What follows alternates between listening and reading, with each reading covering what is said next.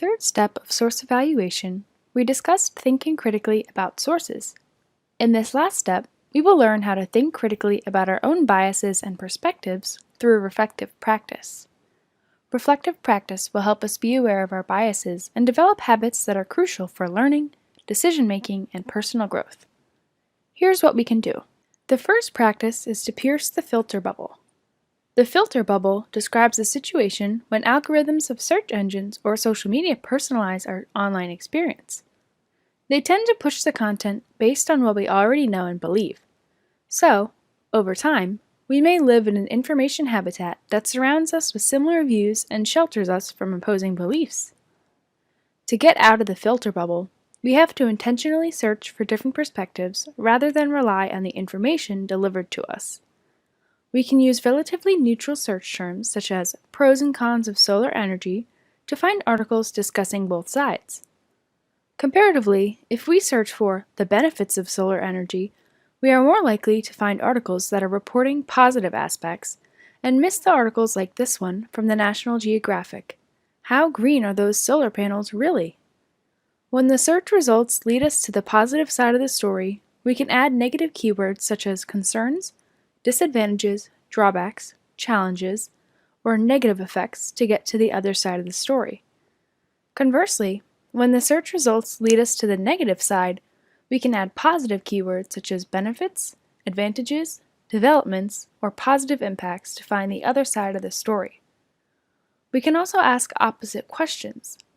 For example, if many articles are mentioning that solar energy is sustainable, renewable, green, clean, etc., we can further investigate by asking a different question. How sustainable is it? Or, is it really green? The second practice is to examine our own biases and ask, have I brought my own biases into source evaluation? Have I weighed the reasons for both sides? Bias is a natural part of the human condition, but it can be detrimental to our judgments and decision-making. We tend to search for, interpret, favor, and recall information that affirms our beliefs or hypotheses. This is called confirmation bias. We tend to perceive people who are of our ethnicity, religion, socioeconomic status, or profession more positively than those who are different from us, which is called similarity bias.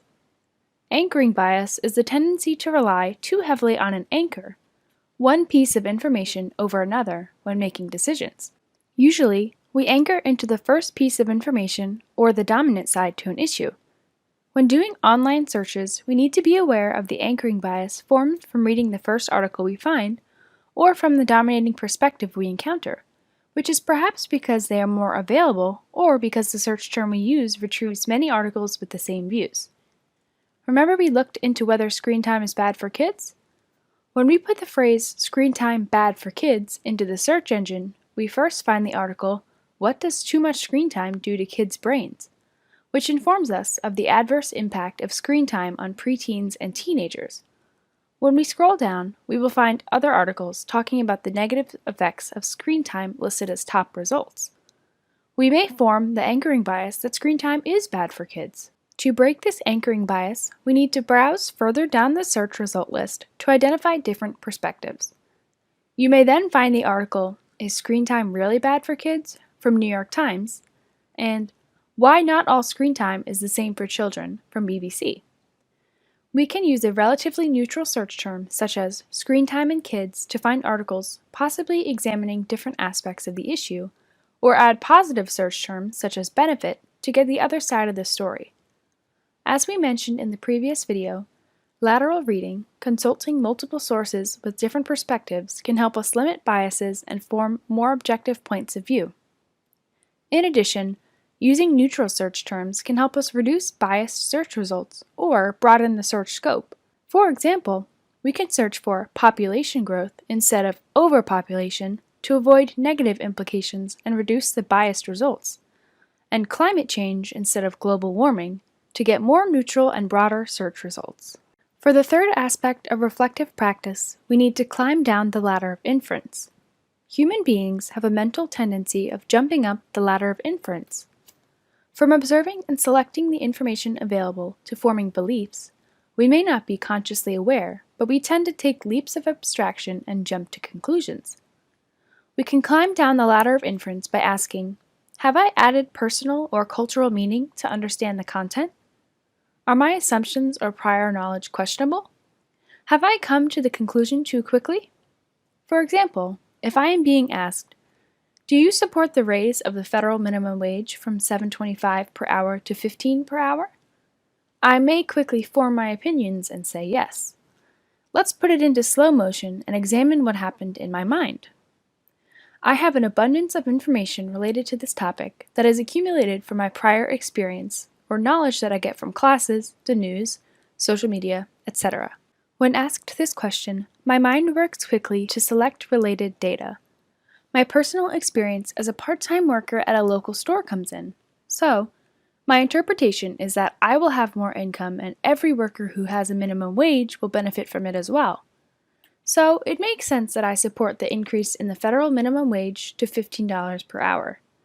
My belief in this opinion is reinforced when I read the article, "Raising the federal minimum wage to $15 by 2025 would lift the pay of 32 million workers," especially since the article explained its impact on poverty and inequality. Confirmation bias and anchoring bias can easily form at this moment. However, the ladder of inference concept inspires us to take a step back and notice that I have added my own meaning to understand this issue. Is my assumption that every worker who has a minimum wage will benefit from it correct? My further research finds the article $15 minimum wage would cut employment, reduce poverty mentions a non-partisan study says that raising the minimum wage would cost 1.4 million jobs, but it will lift 900,000 people above the poverty line. So, I probably need to do more research and weigh the evidence from both sides. Lastly, it is important to take positive actions and practice what we learn. Throughout the 4-step strategy for source evaluation, we talked about checking sources to get our first impression, investigating more with the CRAP test, using our critical thinking to assess the content and arguments, and reading laterally to gather multiple perspectives. In this video, we worked on developing reflective practices to examine our own biases and assumptions, pierce filter bubbles, and climb down the ladder of inference. But we cannot really master these skills until we put them into practice in our everyday life. Next time, when we read a tweet, can we ask where the information came from and if the opinion is supported by evidence? When we watch a YouTube video, can we ask, have we created a filter bubble that shelters us from different views? When we put keywords into a search engine, can we use relatively neutral search terms to limit bias? Or can we try different keywords to get perspectives from a different side? When we need to draw a conclusion, can we take a step back to examine our own assumptions? When we need to form our beliefs and make critical decisions, can we keep an open mind? Can we realize the disruptive nature of a simple fact and suspend our judgment until we see the big picture?